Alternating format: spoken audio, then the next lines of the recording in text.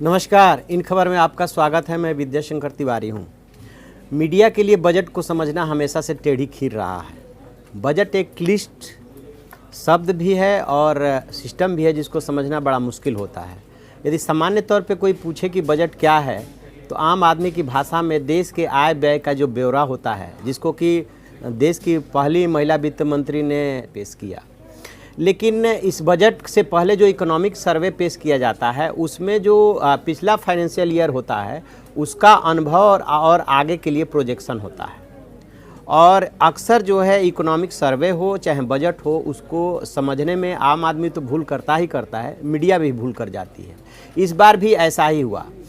2018-19 का economic survey जब 4 जुलाई को संसद में पेश किया गया, तो मीडिया के एक बहुत बड़े सेक्शन में कुछ लोगों ने तो उस चीज़ को समझा, लेकिन एक बहुत बड़े सेक्शन ने नहीं समझा और फिस्कल डेफिसिट को 6.4 से 5.8 पे आना दिखाया गया।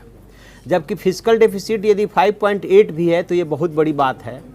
सबसे पहले ये समझते हैं कि फिस्कल डेफिसिट क्या है, मीडिया ने ये गलती कैसे कर दी।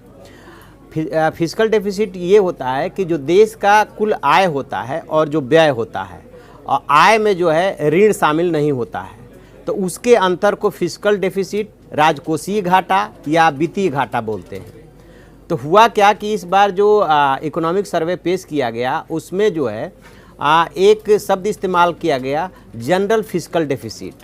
इकोनॉमिक सर्वे में इस्तेमाल हुआ और जो प्रेस इन्फॉर्मेशन ब्यूरो ने जो जारी किया इकोनॉमिक सर्वे के हवाले से, उसमें जनरल गवर्नमेंट जो है शब्द इस्तेमाल किया। इसमें क्या होता है कि सेंटर प्लस स्टेट दोनों का शामिल होता है। तो जो भी शब्द इस्तेमाल किया गया है घाटे को, तो इसमें जब इन्होंने इस्तेमाल किया, the fiscal deficit of the general government is further expected to decline from 6.4% of GDP in 2017-18 to 5.8% of GDP in 18-19। वो शब्द ये इस्तेमाल किया। कहने का मतलब ये कि सेंट्रल प्लस स्टेट दोनों को मिला करके कंसोलिडेट करने के बाद जो घाटा हुआ वो 6.4% से घट करके 5.8% आया। इसको हमने जो है फिस्कल डेफिसिट मान लिया, यानी कि मीडिया के एक बहुत बड़े सेक्शन ने इसको fiscal deficit of the government of India मान लिया, देश का मान लिया, जो कि बहुत बड़ी गलती है। हमारे देश का जो फिस्कल डेफिसिट है वो 3.4% है, जो कि टारगेट था 3.3% ले आने का। अब इससे संबंधित नियम कानून पर ज़रा गौर कर लेते हैं। कुल 27,86,000 करोड़ का जो है बजट पेश किया गया है। और इसमें क्या होता है कि एक कानून बना था 2003 में, जिसको बोलते हैं उत्तरदायित्व, राजकोषीय उत्तरदायित्व और बजटीय प्रबंधन कानून 2003। इसके तहत क्या है कि ये फिक्स किया गया है कि आप जो है राजकोषीय घाटे को आप 2022-23 तक 2.5% पे ले आएंगे और 2020-21 तक इसको ले आना है 3% पे। तो इस साल जो यानी कि 2018-19 बीता है, इसमें टारगेट 3.3 का था, लेकिन लास्ट में जब ख़त्म हुआ है तो उसे संशोधित किया गया था, ये 3.4% पे रहा। यानी कि लगभग जो भारत सरकार ने अनुमान लगाया था उसी पे ये कायम रहे। अब अंदाज़ा लगाइए कि जो पाकिस्तान दिवालियेपन के कागार पे खड़ा है, उस पाकिस्तान का जो फिस्कल डेफिसिट है इस समय 7.2% है, और हमने अपने देश का जो फिस्कल डेफिसिट है वो 5.8% मान करके रिपोर्टिंग कर दी और उसके पहले वाले ईयर में 6.4 मान करके रिपोर्टिंग कर दी।